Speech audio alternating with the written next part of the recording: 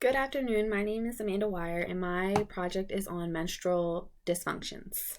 Throughout my project, I'll go over a few different types of menstrual dysfunctions and explain, some of the signs and symptoms, what they are, what some of the treatments are, and some nursing interventions that we can do to help females who struggle with these. All right, so what are menstrual dysfunctions? So you have amenorrhea, you have primary amenorrhea, and second amenorrhea. Amenorrhea means no period.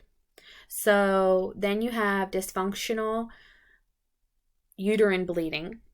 Then you have dysmenorrhea, which means painful. And then, dysmenorrhea means like a painful period. Then you have endometriosis. You have premenstrual syndrome, which is also known as PMS.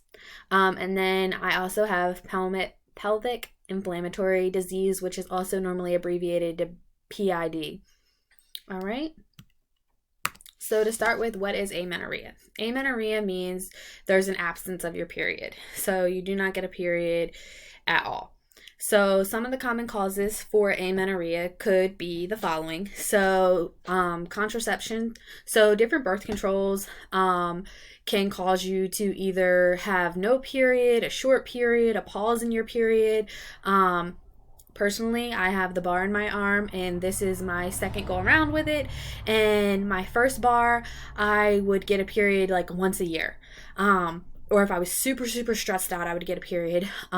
But I seen that when I got my new bar put in, probably about 2 years ago now, my periods changed completely from the first bar.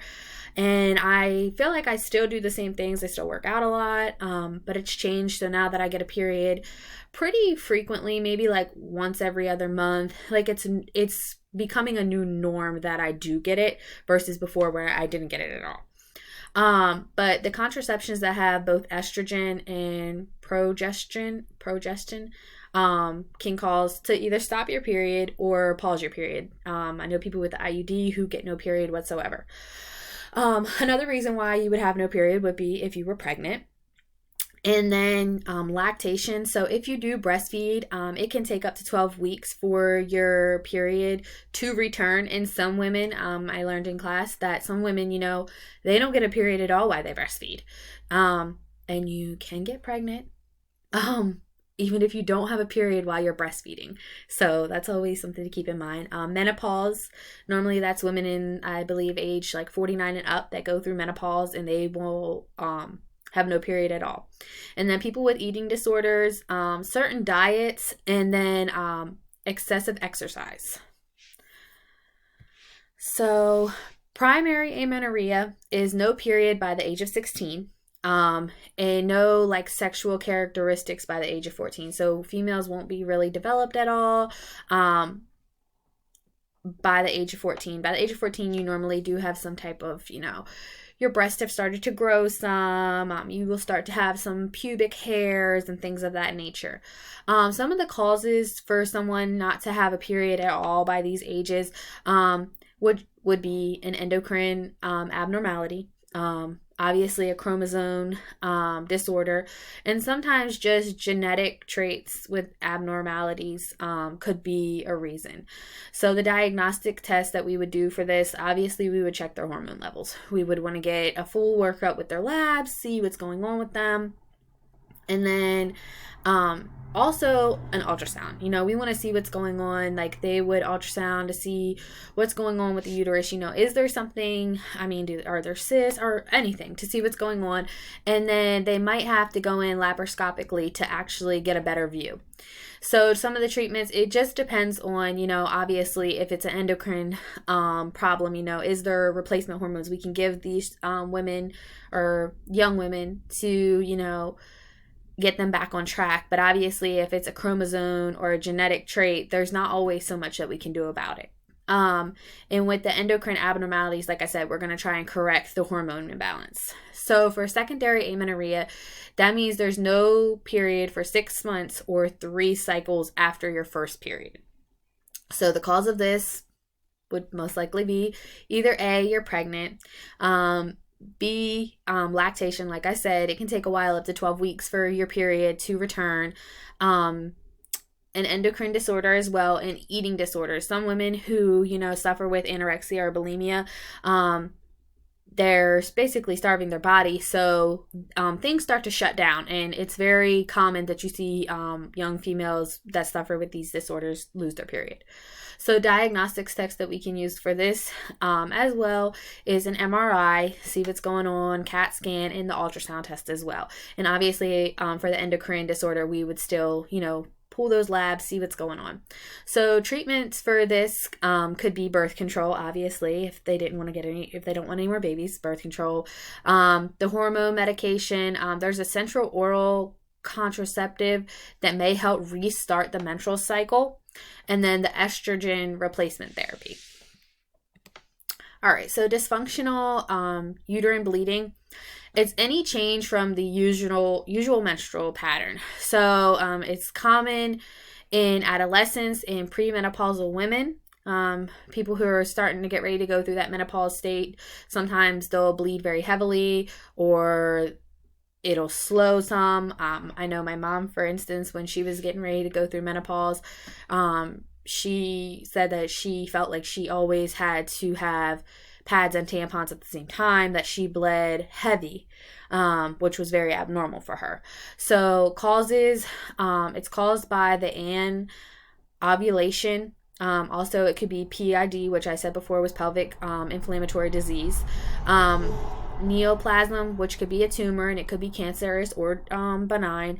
Endometriosis, fibroids. Treatments, of course, NSAIDs help with that inflammation. Oral contraceptions can help regulate that period. And then the cycle, progesterone therapy, or obviously you could have surgery to remove like a benign or a cancerous neoplasty, or to remove those fibroids. So here's just a little picture. To the left of me is the fibroids. They kind of just show like where they can place at, what they kind of look like. And then to the right of me is a little chart that has about PID symptoms, cures, and preventions. And there really is no cure for PID. It's lifelong. But there are things that we can do to, try to subside the pain. So endometriosis is the endometrial tissue outside of the uterus. So it grows outside of the uterus instead of inside. And some of the symptoms are pain, excessive bleeding, and infertility. These women normally have issues. Sometimes they have an ectopic pregnancy. The treatments for this are obviously NSAIDs to help with the inflammation and the pain, surgery, or the GnRH, and it's a relapsing, it's to suppress the menses so they're not as heavy, and then the hormonal contraception to actually stop the period. So obviously it prevents them from getting pregnant, but it also stops the period so it's not so painful for them.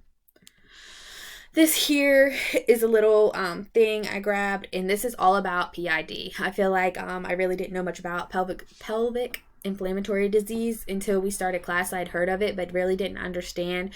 And there's stages. You have your 1 to 4, and obviously 1 is like not as severe as you get to 4.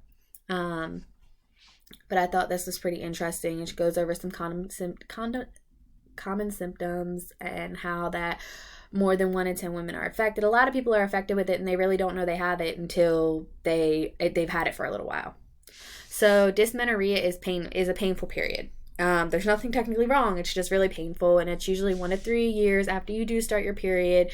It's caused by the prostaglandins produced by the endometrium, and the treatment is NSAIDs and heating pads. So there could be secondary, and it may be endometriosis, the fibroids, the PID, and the treatment, it depends on the cause, which we've kind of went over.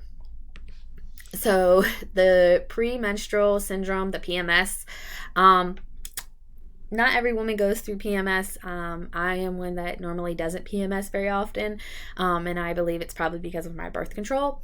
But the cycle clusters of symptoms that occur during the phase right before you get your period, which is the luteal phase.